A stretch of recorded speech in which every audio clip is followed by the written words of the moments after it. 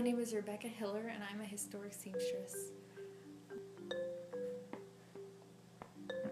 I try as hard as I can to do reproductions of historical clothing as close as possible using historical techniques and fabrics that are modern fabrics, but trying to go back to as similar as I can to what they would have used back then.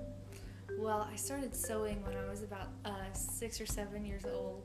I have lots of aunts and grandmas and people who in my family who are really great seamstresses, and so they started to teach me when I was little how to sew. And I've always had a love for history, so when history met sewing, it ended up just being perfect, being what I love to do.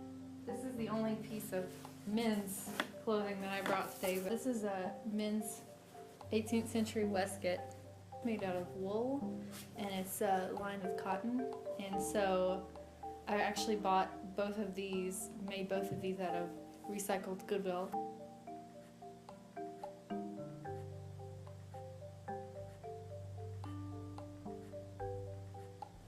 I brought another garment that's kind of a bit in progress. It's not completely finished. This is a women's dress, and it's almost done. It's almost wearable. It is missing. I need to still sew a piece that goes in the middle. It's called a stomacher, and it actually laces up over the stomacher in the front of the gown. All right.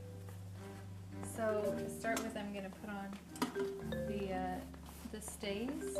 And this is for a Regency era outfit, which is from the about 1790 to 1820, the Jane Austen time period, and it had higher waistlines than my usual time period with the 18th century. But it's still very fun to costume, and it was a time period where America was a lot more settled and had a bit more money, so you get to use more extravagant fabrics and designs.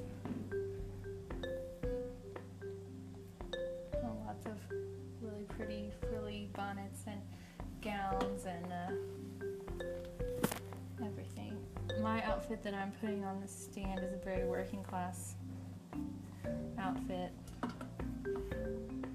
So now I'm going to put on the dress, and this is dated to about 1810, and it's a very interesting dress. You can see how it evolved from previous times because it actually closes in the front and then has a piece that folds up. It doesn't close. This would pin to the layer below it,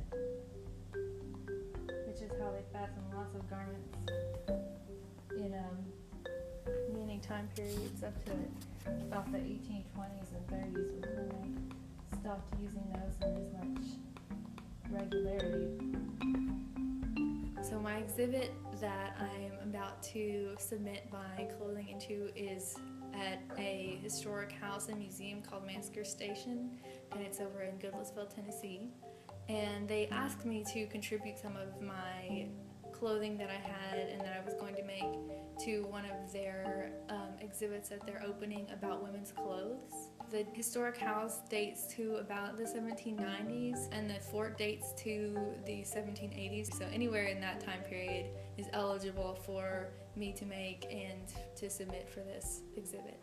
This is a jacket. It was a popular style in the 18th century, and this particular one is called a stomacher front, which means it has this piece of fabric underneath, and it would lace up or maybe pin closed, and then you just kind of hide the ends of the pins so they wouldn't poke you, but then again you have the stays on so they wouldn't poke through the stays because they're so thick. It's made out of linen, and this is a common sort of lower class material, and it has this woven stripe in it, and that's another way to just make it look a little bit prettier.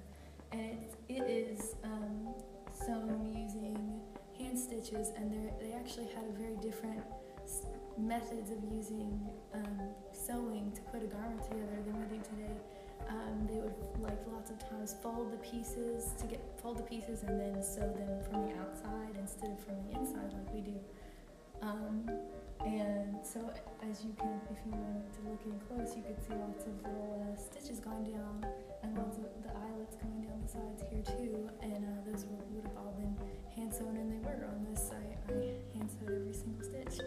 It's always just an effort to try to get more and more like they would have done